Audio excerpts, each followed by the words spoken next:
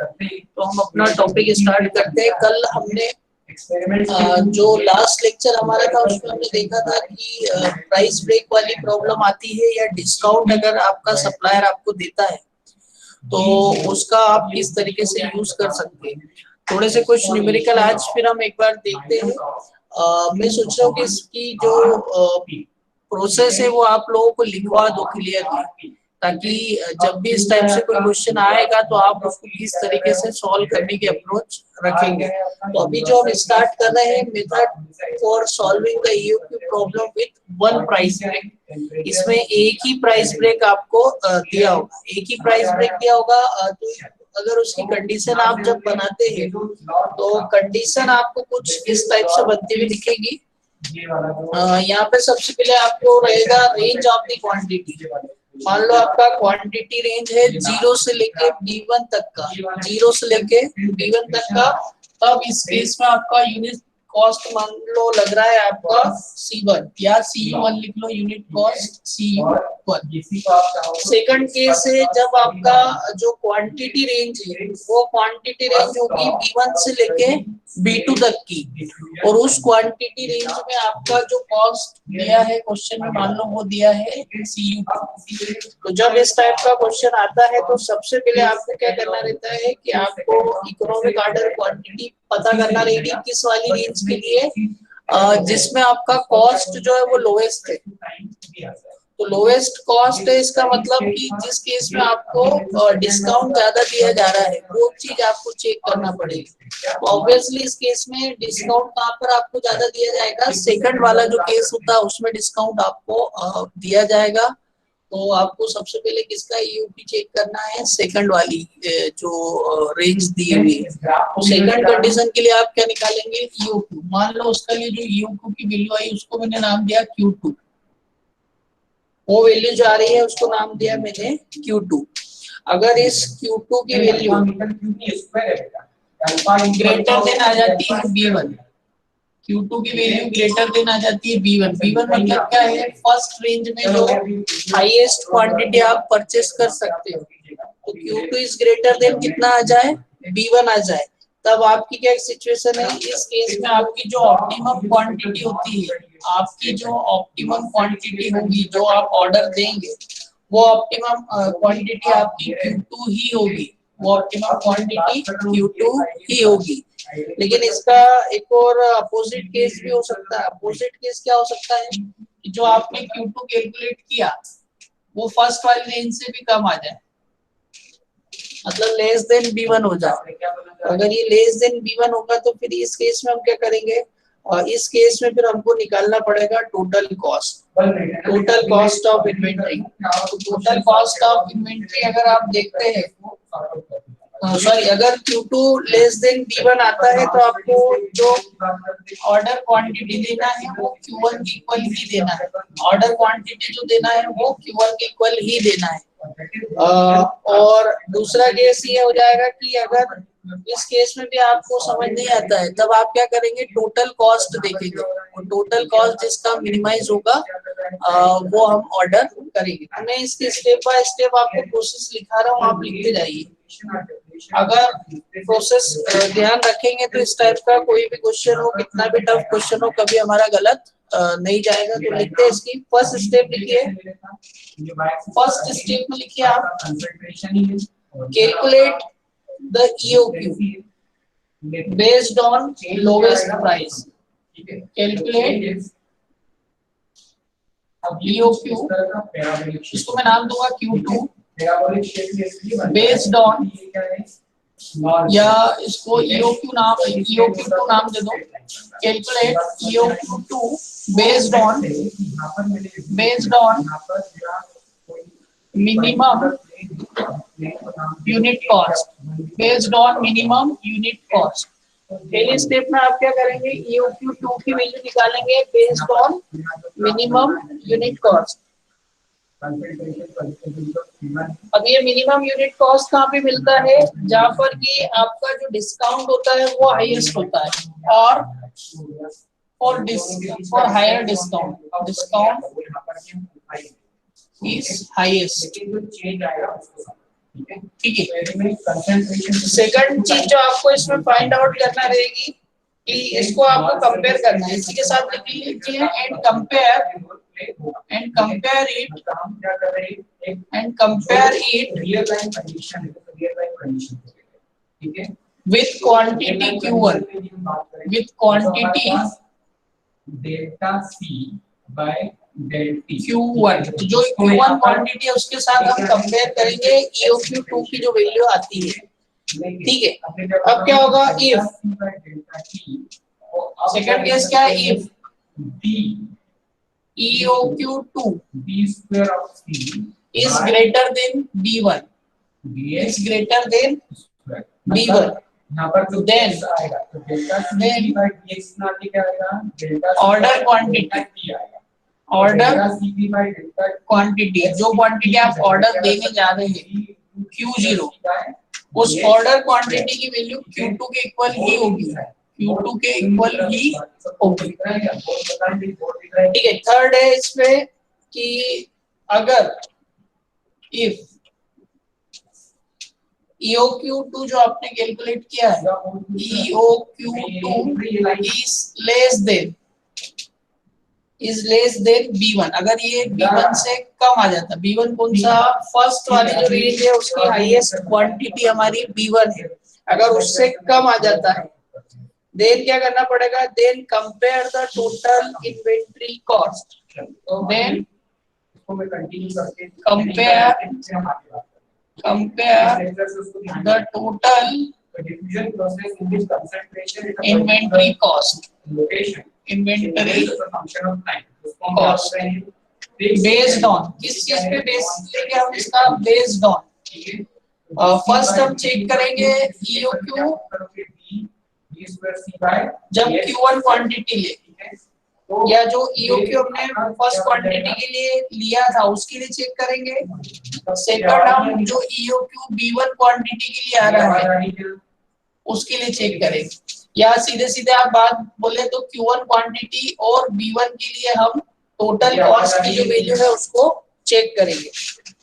फिर क्या, अगर चेक करा तो आपको कुछ रिजल्ट मिलेंगे, रिजल्ट क्या क्या हो सकते हैं, if total cost which is based on Q1 quantity, total cost which is based on Q1 quantity is greater than total cost based on B1 based on B1, then क्या होगा, तब उस केस में जो आपकी ऑर्डरिंग क्वांटिटी होगी that will be equal to B1, किसके equal होगी, B1 के, अदरवाइज सेकंड केस होगा नेक्स्ट लेक्चर में उसको रेक्टिफाई करते हैं, ठीक है।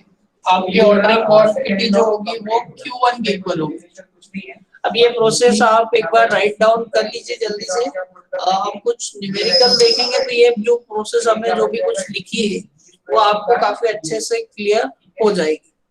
तो जब मैं इसे जल्दी से राइट डाउन कर लीजिए आप।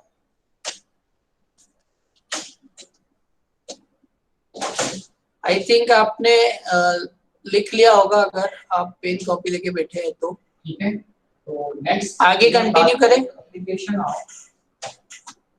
नेक्स्ट सेटिंग आना बेटा, एक स्टूडेंट मुझे बता सकता है कंटिन्यू करें या नहीं करें आगे? यस सर, कर दो। ठीक है, तो इसके लिए एक क्वेश्चन लिख रहे हैं अपन, ठीक है, और उसका एप्लीकेशन क्वेश्चन करेंगे तो इससे क्लियर हो जाएगा कि ये पूरी प्रोसेस में क्यों आपको लिखवा रहा था। यहाँ पर ये होता है, ठीक है, यहाँ पे क्वेश्चन आप बैकग्राउंड में थोड़ी आवाज करते हैं, ये हो सकता है,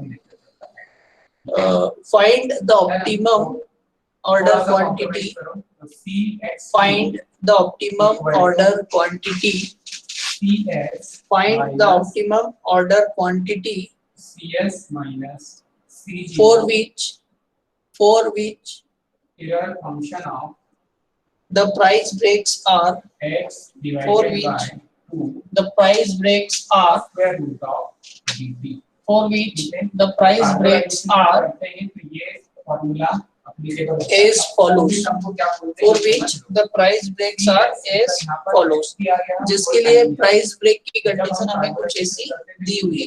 तो फर्स्ट कॉलम में आएगा range of the quantity, second column में रहेगा यूनिट कॉस्ट, रेंज जो आपको दी हुई है वो रेंज Q1 की रेंज आपको दी है 500 तक, और इस केस में यूनिट कॉस्ट आपका दिया हुआ है 10 रुपीज। सेकंड केस में जो आपको रेंज दी है वो दी है जो आपकी Q2 है, that should be greater than or equal to 500, that should be greater than or equal to 500, और इस केस में आपका जो कॉस्ट है that is 9.25 रुपीस, ये रुपीस में है, ठीक है। तो सबसे पहले हमें इसमें ये देखना पड़ेगा कि और क्या क्या डेटा दिया है। आगे लिखिए आप, the monthly demand for the product is 200 units, the monthly demand for the product is 200 unit, S की वैल्यू होती है that is 200 units per month. Monthly demand आपको दे रखा है 200 यूनिट्स पर मंथ। टी जो है, टी क्या है आपका टाइम है। The ordering cost for an order, the ordering cost for an order is rupees 350 है, ordering cost is 350 rupees per order, is your function, ठीक है, ठीक है। इसी तरह से the cost of storage is, the cost of storage is 2% of the unit cost, cost of storage is 2% of the unit cost। आई की value दे रखी है 2% of the unit cost, ठीक है। ये डेटा दिया हुआ है, तो क्वेश्चन देख के हमें समझ में आ रहा है कि ये वन प्राइस ब्रेक वाला केस है। वन प्राइस ब्रेक मतलब एक रेंज के बाद जब नेक्स्ट रेंज स्टार्ट होती है तो ये केस जो होता है वन प्राइस ब्रेक वाला केस हो जाता है।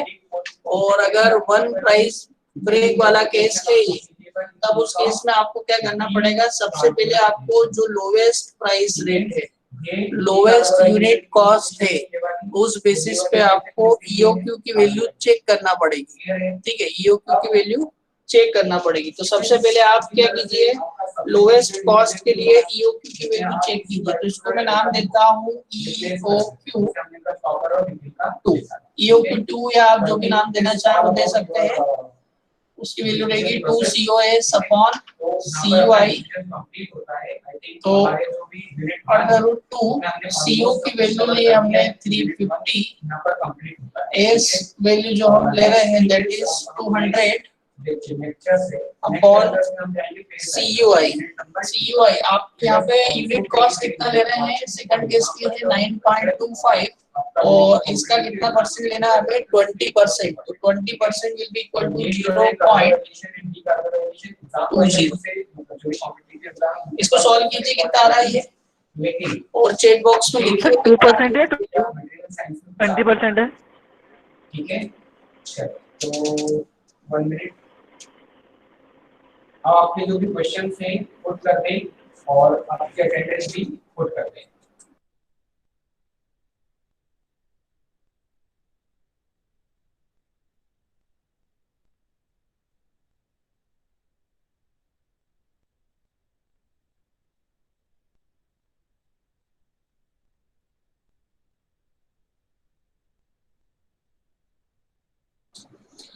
तो इसको सॉल्व करने पे जो वैल्यू आ रही है that value is equal to 870 units.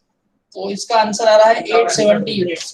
तो अब क्या करना, हमें चेक लगाना है जो हमने प्रोसेस लिखी थी उसके अकॉर्डिंग। ये हमारी जीरो वैल्यू है that is B1 and that is B2 value. तो अगर Q2 जो हमने निकाला है तो हमारा जो इकोनॉमिक ऑर्डर 2 जो आ रहा है, अगर उसकी वैल्यू 500 से ज्यादा आ रही है, अगर 500 से ज्यादा आता है या हमारा Q2 हमारा Q2 ग्रेटर देन B1 आता है, तो उस केस में हमारी जो इकोनॉमिक ऑर्डर क्वांटिटी होती है या जो ऑर्डर हमें करना है वो कितना होगा, Q2 के इक्वल ही होगा। तो ये हमारा Q2 है, ठीक है। और Q2 की वैल्यू कितनी आ रही है, 870 यूनिट्स। कितनी आ रही है, 870 यूनिट्स। तो हमें कितने का ऑर्डर करना पड़ेगा, 870 यूनिट का ऑर्डर अगर हम करेंगे तो ये हमारे लिए काफी फायदेमंद होगा। अब आप एक काम ये भी कर सकते हैं कि जो कल हमने प्रोसेस कल पढ़ी थी, उस प्रोसेस के अकॉर्डिंग पे आप इसको सॉल्व कर सकते हैं। मतलब आप इसमें क्या करेंगे, कल जो हमने टेबल बनाई थी, रेंज की वैल्यू लेंगे आप, यूनिट कॉस्ट की वैल्यू लेंगे, साथ साथ में दोनों के लिए ईओक्यू की वैल्यू देखेंगे। अगर वो ईओक्यू उस डिजायर्ड रेंज में नहीं आता है तो उसको हम डिस्कार्ड कर देंगे, और अगला वाला जो ईओक्यू उस रेंज में आ रहा है उसे हम एक्सेप्ट कर लेंगे। तो ये प्रोसेस आपको समझ में आई। मैं यही क्वेश्चन दूसरी वाली जो मेथड कल हमने पढ़ी थी उससे भी ट्राई करता हूँ। आपको दोनों में से जो मेथड इजी लगे आप उससे कर सकते हैं, दोनों से रिजल्ट सही आते हैं, ठीक है। तो क्वेश्चन ये रहेगा, मैं इसको कल वाली जो मेथड हमने पढ़ी थी उससे एक बार फिर से टेबुलर फॉर्म में सॉल्व करके आपको बता देता हूँ, और उससे आपको ये समझ में आ जाएगा कि दोनों में से कौन सी मेथड आपके लिए बेटर हो सकती है। तो आपको जो भी मेथड इजी लगे आप उसका अकॉर्डिंगली वहाँ पे उसको सॉल्व कर सकते हैं। तो मैं ये रब कर रहा हूँ, या रब नहीं करता हूँ, मैं इसके साइड में ही कंपेरेटिव टेबल एक और बना लेता हूँ जिससे कि आप दोनों मेथड्स को कंपेयर कर सके। तो जो कंपेरेटिव मेथड आपको बनाना है उसमें आपको क्या चाहिए रहेगा, आपको रहेगा क्वांटिटी, सेकंड आपको सेकंड रो में चाहिए रहेगा आपको प्राइस, और थर्ड में चाहिए रहेगा आपको ईओक्यू, ठीक है। इसके बाद आपको प्राइस रेंज डालना पड़ेगी। तो इस क्वेश्चन में जो प्राइस रेंज है हमारी, वो क्वांटिटी रेंज जो है,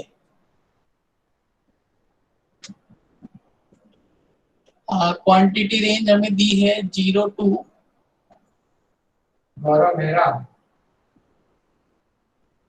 500, एंड सेकंड है Q2 greater than equal to 500,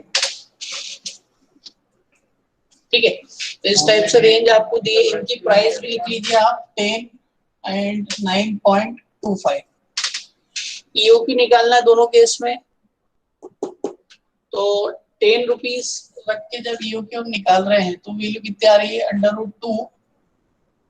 CO की वैल्यू है हमारे पास 350 इंटू एस की जो वैल्यू है that is 200 divide by CU. इसका यूनिट कॉस्ट है 10 इंटू 0.20।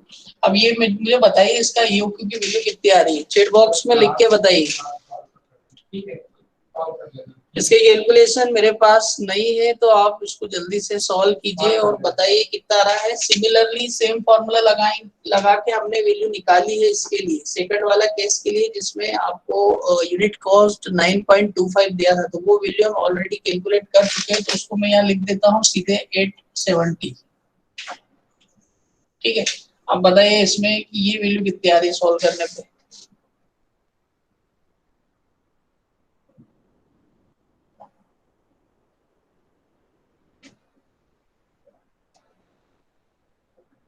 $837, विभव का आंसर आ रहा है 837, ठीक है। तो 837 यूनिट्स इसका आंसर आ रहा है। तो अब आप चेक करेंगे कि ये जो 837 यूनिट वाली जो है वैल्यू वो इस रेंज में आ रही है कि नहीं आ रही है, ये वैल्यू इस रेंज में आ रही है कि नहीं आ रही। तो इसकी रेंज कितनी है, 0 से 500 है, लेकिन इसका आंसर कितना आ रहा है 837। तो मतलब ये आपके लिए ऑप्टिमम सॉल्यूशन नहीं है, ये आपके लिए ऑप्टिमम सॉल्यूशन नहीं होगा। तब आपको क्या करना पड़ेगा, अगला वाला जो भी सॉल्यूशन है फिर वही सॉल्यूशन आपका क्या हो जाएगा, ऑप्टिमम सॉल्यूशन हो जाएगा। दूसरा अगर आप उसको देखते हैं तो वो जो 870 यूनिट्स आ रहा है वो Q2 greater than equal to 500, मतलब 500 से ज्यादा वैल्यू होना चाहिए। तो वो 500 से ज्यादा ही है, कितना है 870। तब उस केस में आप कितने का ऑर्डर कर देंगे, आप 870 यूनिट्स का ऑर्डर कर देंगे। आप इस तरीके से भी कर सकते हैं, इस तरीके से भी कर सकते हैं, दोनों तरीके से कर सकते हैं। आपको जो मेथड इजी लगे आप उस मेथड को फॉलो कर सकते हैं। ये मेथड कब इजी रहेगी, जब आप कोई कॉम्पिटिटिव एग्जाम्स में बैठते हैं जहाँ पर आपको कैलकुलेशन के लिए कम टाइम रहता है। अगर टाइम सेविंग करना है तो आप ये मेथड लगा सकते हैं। अगर आप किसी तरीके के कोई एरर का रिस्क नहीं लेना चाहते हैं तो आप ये मेथड फॉलो कर सकते हैं। ठीक है, तो मैं अब आपसे कुछ बात कर रहा हूँ, तो किसी को कुछ डाउट है इन दोनों मेथड में तो वो मुझसे अभी पूछ सकते हैं।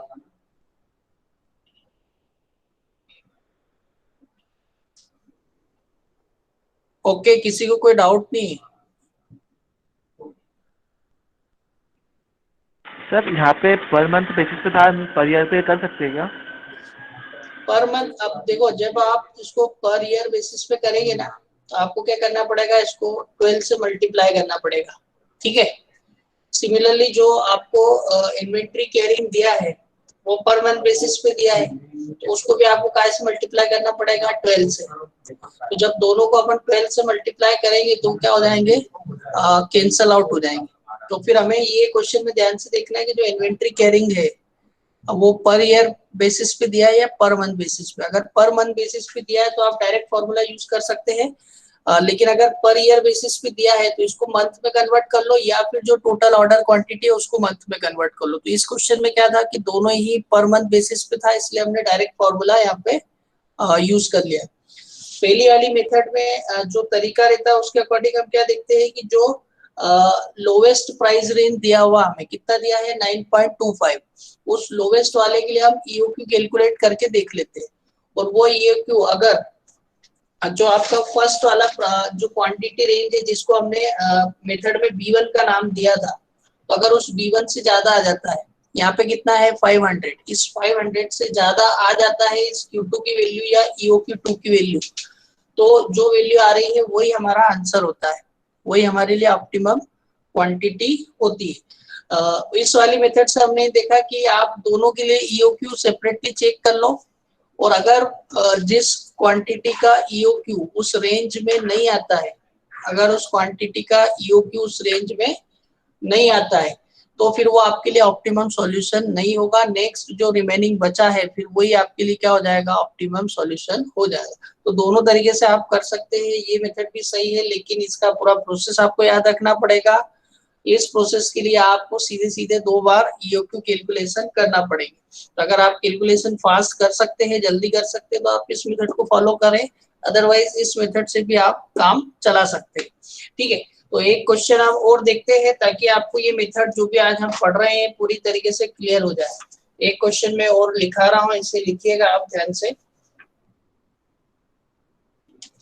सो क्वेश्चन है हमारे पास, ABC manufacturing company requires, ABC manufacturing company requires special involute gears, special involute gears. कोई ABC मैन्युफैक्चरिंग कंपनी है जिसे कि कोई स्पेशल टाइप का इन्वॉल्यूट गियर्स की रिक्वायरमेंट है। ABC manufacturing company requires special involute gears at the rate of 300 units per year, at the rate of 300 units per year। तो जो इन्वॉल्यूट गियर्स की रिक्वायरमेंट है that is 300 units per year. तो 300 पर units है, मतलब आपके लिए जो एस की वैल्यू दे दी है वो वैल्यू है 300 units per year, per year. ठीक है, आगे क्या दिया हुआ है, each gear cost is ₹36, each gear cost is ₹36। तो हर गियर का जो कॉस्ट आ रहा है दैट इज ₹36। तो उसका जो यूनिट कॉस्ट है वो ₹36 है। पहले केस में जब आपको डिस्काउंट नहीं दिया गया तब ₹36 का है।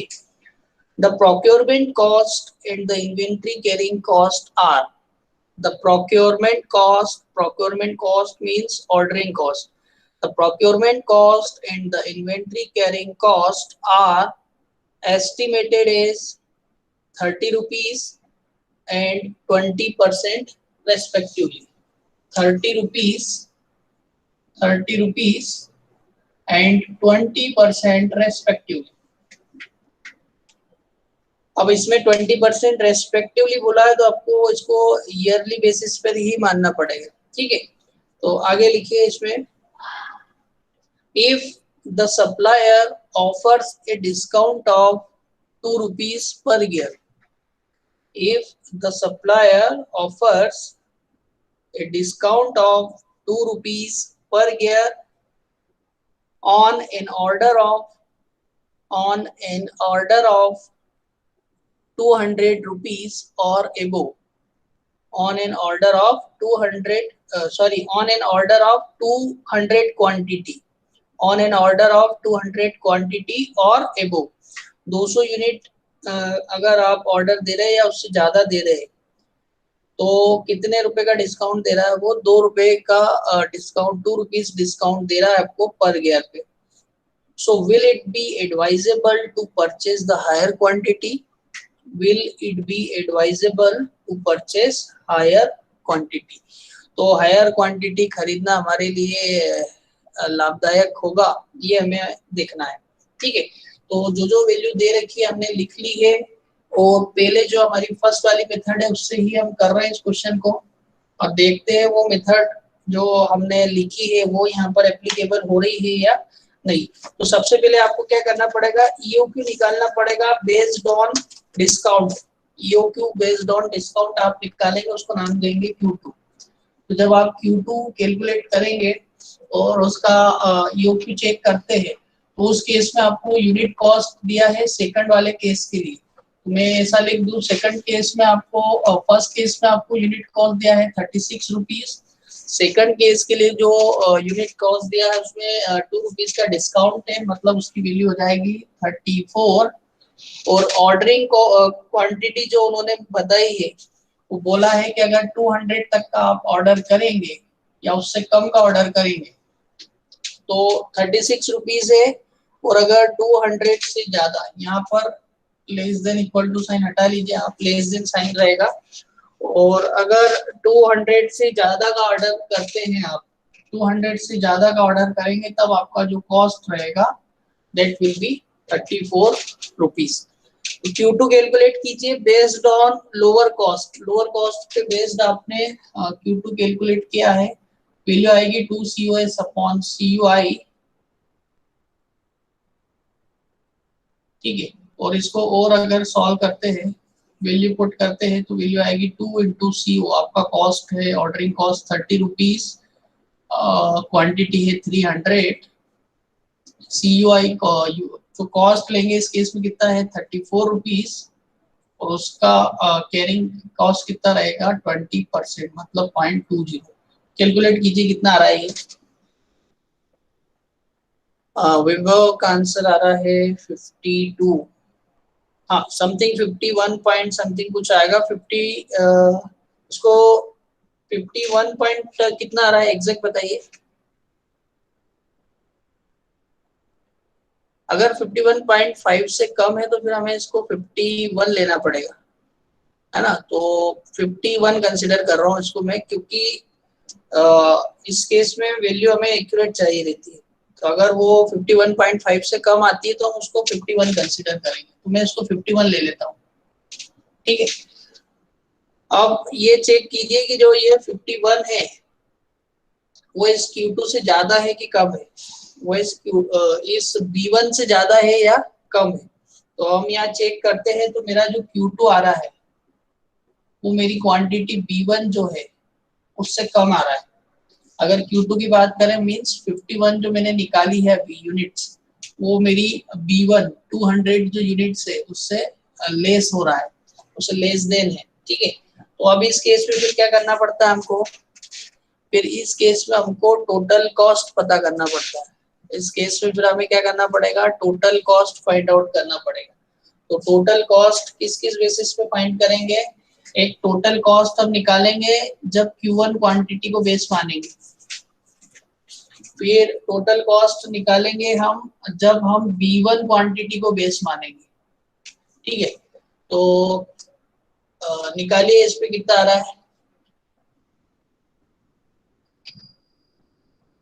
तो अभी हमने एक काम तो किया ही नहीं है, Q1 नहीं निकालना है। देखिए अगर Q2 लेस देन B1 आ जाता है तब आपको फिर Q1 भी कैलकुलेट करना पड़ता है।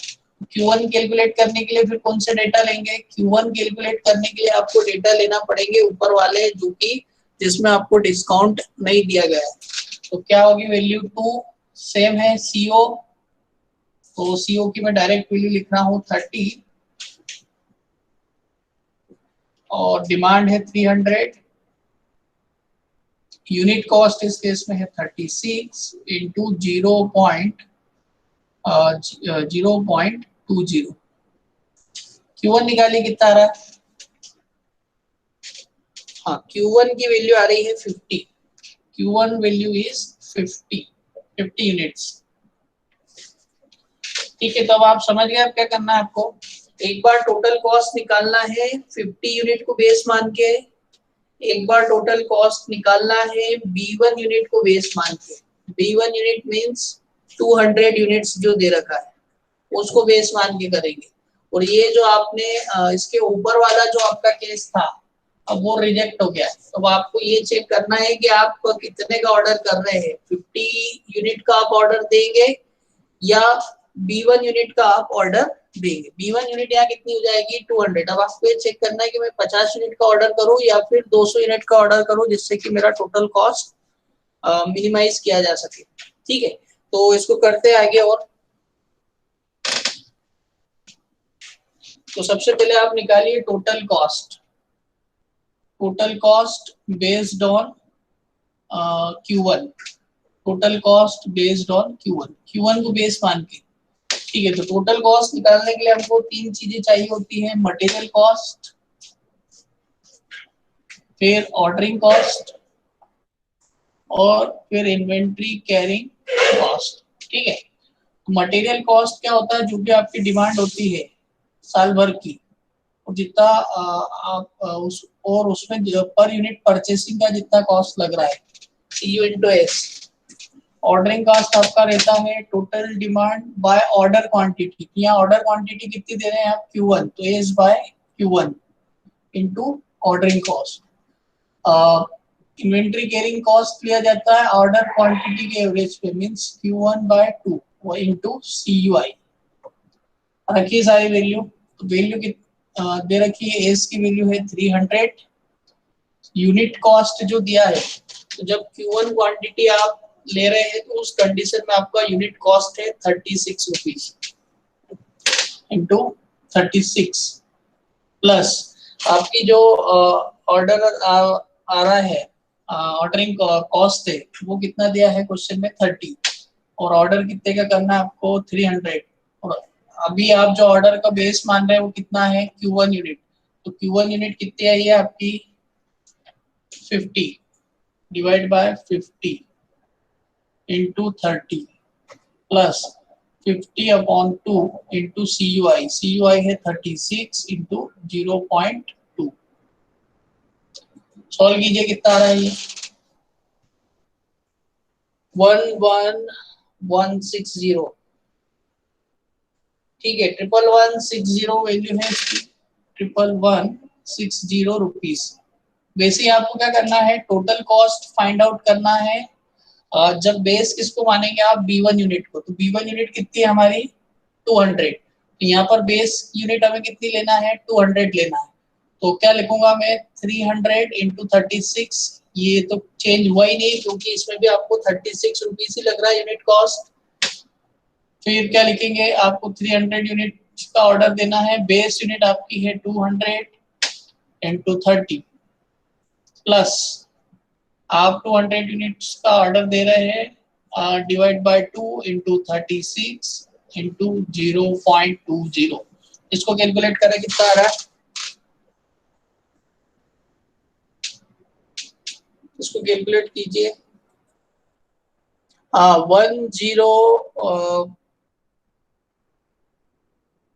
10560 आ रहा है उज्ज्वल का आंसर 10549।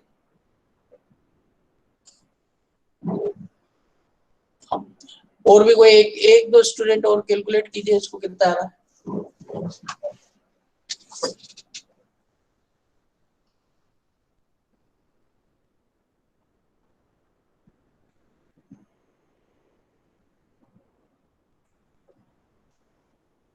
इसमें एक काम करना पड़ेगा जो कि थोड़ा सा गलत हो गया है, क्योंकि ये रेंज है लेस देन 200 वाली, ये वैल्यू है लेस देन 200 की, लेकिन हमें किस पे चेक करना है, 200 ग्रेटर देन इक्वल टू पे।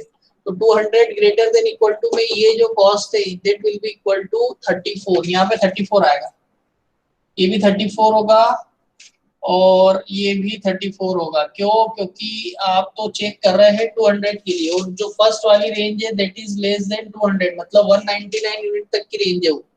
तो आपको 200 यूनिट लेना है, तो उस केस में यूनिट कॉस्ट कितना रखेंगे आप, 34। तो यहाँ पे 34 और यहाँ 34 होगा। आप फिर से एक बार रिवाइज करके चेक कीजिए कितना आ रहा है।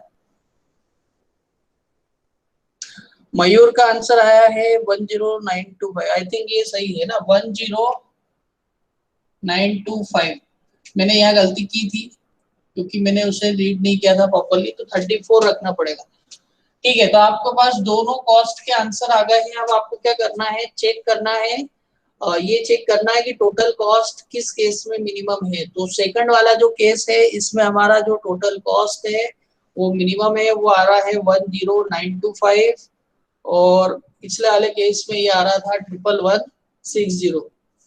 तो कौन सा केस हमारे लिए सुटेबल रहेगा? हमारे लिए 200 यूनिट्स का ऑर्डर देना सुटेबल रहेगा।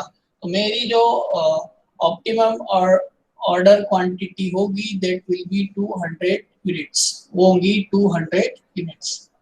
ठीक है, इस क्वेश्चन का आंसर आएगा 200 units.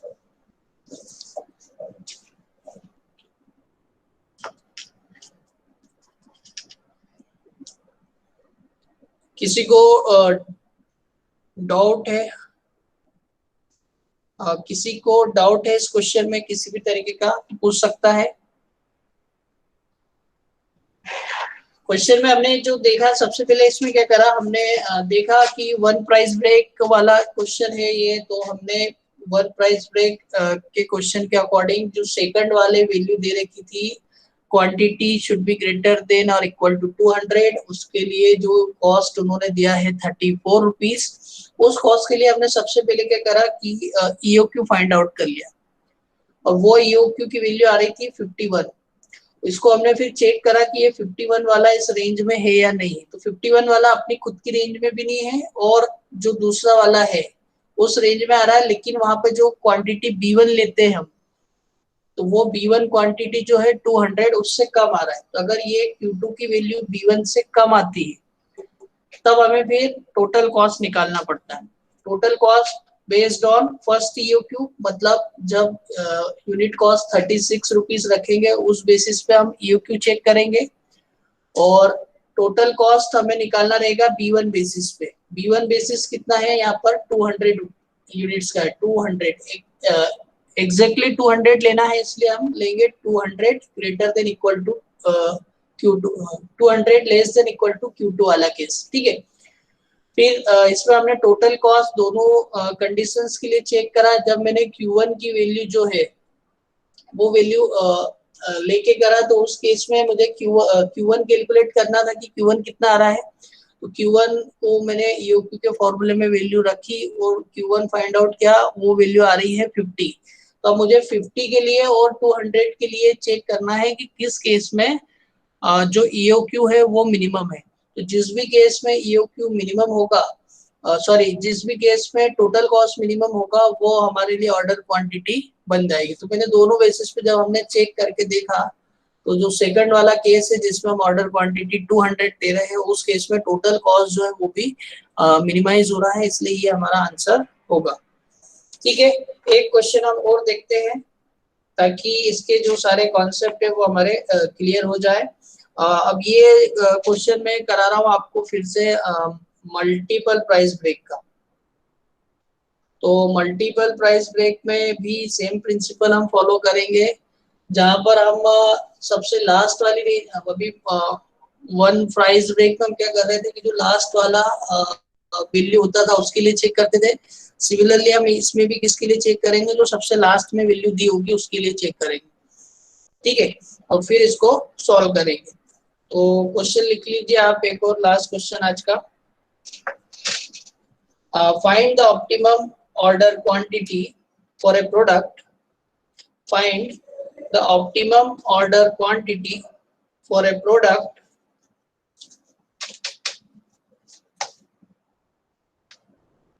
for which the price breaks are as follows. For which the price breaks are as follows. जिसके लिए प्राइस ब्रेक कुछ इस तरीके से दिए हुए हैं. तो आपको क्वांटिटी दी है 0 से लेके 650 तक की. 650. उस केस में आपका यूनिट प्राइस जो है वो है that is 20 rupees. Second case है 650 to 800. 650 to 800. इस केस में प्राइस है 18.50. थर्ड केस में रेंज है आपकी quantity should be greater than or equal to 800. अगर ऐसा है तो इस केस में वो कितना कॉस्ट लग रहा है 17.50. 17.50. ठीक है, तो इस टाइप से आप इसको कर सकते हैं. तो कल भी हमने इस टाइप से क्वेश्चन किया था और कल हमने ये किया था कि सबकी एक टेबलर फॉर्म में हमने लिखी थी कि ऑर्डर क्वांटिटी कितनी होना चाहिए, प्राइस कितना होना चाहिए और उसका ऑप्टिमम वैल्यू कितनी होना चाहिए. तो ये तीनों चीज हमने देखी थी और उसमें जो केस उस रेंज में आ रहा था, जो ईओक्यू की वैल्यू उस पर्टिकुलर रेंज में आ रही थी, उस वैल्यू को लिया था और उसके ऊपर वाली जो वैल्यूज थी उसके लिए हमने प्राइस ब्रेक पे टोटल कॉस्ट को चेक किया था. वो करने के बाद फिर हमें समझ में आया था कि कितनी ऑर्डर क्वांटिटी होना चाहिए. लेकिन अगर कोई कॉम्पिटिटिव एग्जाम है जहाँ पर आपके पास ज्यादा टाइम नहीं है तो आप ये शॉर्टकट तरीका एक लगा सकते हैं जो कि अपन अभी यहाँ करने जा रहे हैं. तो इसमें क्या करेंगे कि आपको जो सबसे लास्ट वाला दिया हुआ है value,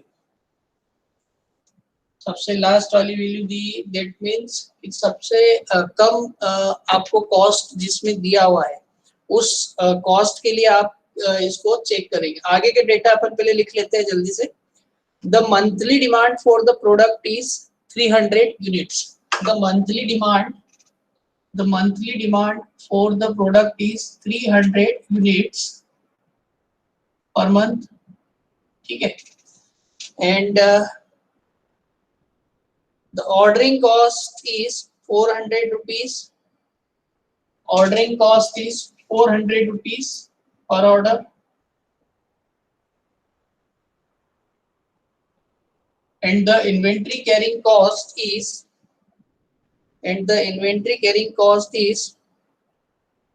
2% of the unit price. 2% of the unit price per month. 2% of CU per month. ठीक है, तो ये वैल्यूज आपने यहाँ पर लिख ली है. अब क्या करेंगे कि जो लास्ट वाली वैल्यू है मतलब 17.50 जो है जिसमें आपका लोवेस्ट कॉस्ट लग रहा है उसको आप बेस मानेंगे और उसके लिए ईओ की वैल्यू कैलकुलेट करेंगे. तो हम निकालते हैं कितना आ रहा है. Under root 2 COS upon COI equal to under root 2 into CO. आपकी ऑर्डरिंग कॉस्ट कितना है 400 का है. नंबर ऑफ क्वांटिटी आपकी 300 की है और CU आपका यूनिट कॉस्ट जो दिया है इस केस में दैट इज 17.50 और इसमें आपको इन्वेंट्री कैरिंग कॉस्ट जो लग रहा है वो लग रहा है 2%. 2% मीन्स 0.02. इसको कैलकुलेट करें कितना आ रहा है.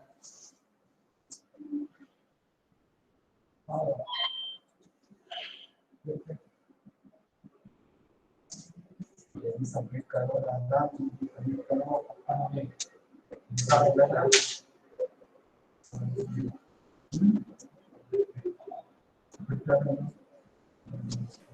Rate 28.07.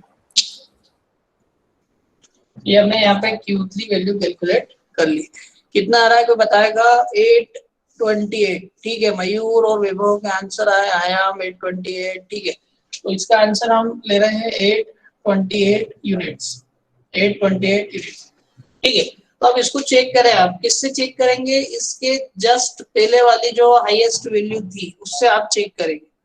तो इसके जस्ट पहले वाली हाईएस्ट वैल्यू कौन सी है? 800 वाली, ठीक है। तो आप 800 के लिए चेक कर रहे हैं और इसे देख रहे हैं। तो अगर मैं इसको नाम दूं B1, देखिएगा इधर, ये B1 है, B2, B3, ये भी B3 रहेगा। तो अगर मेरा Q3 की वैल्यू ग्रेटर देन B3 हो जाती है, इसके जस्ट पहले वाली वैल्यू से, इसके जस्ट पहले वाली जो हाईएस्ट वैल्यू है उससे अगर ये ज्यादा हो जाती है, तो उस केस में जो मेरा ऑर्डरिंग कॉस्ट रहेगा, उस केस में मेरा जो ऑर्डरिंग कॉस्ट रहेगा वो सेम ही रहेगा जो कि मेरा इसका आंसर आया है, that will be equal to 828। इसका आंसर क्या हो जाएगा? 828 यूनिट्स। अदरवाइज आपके पास एक और तरीका है, दूसरा तरीका इस चीज को निकालने का कौन सा है? जो कल हमने क्वेश्चन किया था टेबुलर फॉर्म में, उसकी प्रॉपर आप टेबल बना सकते हैं।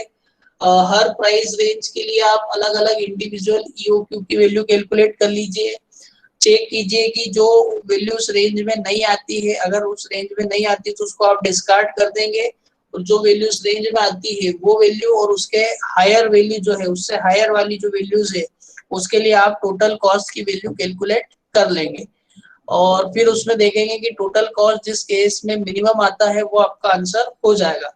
तो आप अगर टाइम बचाना चाहते हैं तो फिर इस टाइप से मेथड कर सकते हैं, अदरवाइज वो मेथड जो है वो भी काफी अच्छी है, उससे भी आप इन चीजों को सीख सकते हैं, ठीक है। तो ये क्वेश्चन आपका कंप्लीट हुआ, और किसी को कुछ डाउट है इस क्वेश्चन में तो वो मुझसे पूछ सकते हैं। किसी को कुछ डाउट है तो आप मुझसे अभी इसमें पूछ सकते हैं।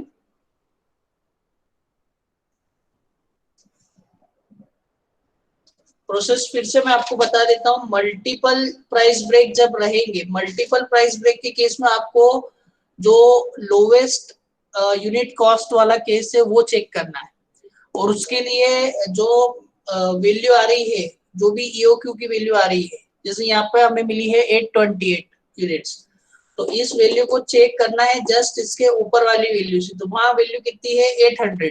तो अगर ये उससे ज्यादा आ जाती है, ये वैल्यू हमारी उससे ज्यादा आ जाती है, तो यही जो वैल्यू है वही हमारा आंसर है। अगर ये इससे ज्यादा नहीं आती तब क्या करना पड़ता हमें? अगर ये इससे ज्यादा नहीं आती तो हमें फिर सेकंड वाली जो कंडीशन है 18.50, उसके लिए आपको ईओक्यू वैल्यू चेक करना पड़ती। उस वैल्यू की ईओक्यू और यहाँ की जो लोवेस्ट वैल्यू है 800, उन दोनों के बीच में आपको टोटल कॉस्ट जो आती है उसको चेक करना पड़ता, और उसमें फिर जो मिनिमम कॉस्ट आएगी वो आपका आंसर रहेगा। तो अब आपसे मैं ये पूछना चाह रहा हूँ कि ये क्वेश्चन सफिशिएंट है या और क्वेश्चन हमें इस पे करना है? काफी है सर, सफिशिएंट है। सफिशिएंट है, तो मैं ये मान रहा हूँ कि ये टॉपिक अपना जो है वो कंप्लीट हुआ है, और इस पे गेट पे कुछ क्वेश्चन आए हैं, 3-4 क्वेश्चन है, तो चाहे तो आप वो खुद देख सकते हैं, अदरवाइज हुआ तो कल के लेक्चर में अपन वो गेट वाले क्वेश्चन इसमें कर लेंगे। कुछ लोगों की, आप लोगों की गेट की क्लासेस भी लग रही है, अभी अटेंड कर रहे हैं क्या उसको?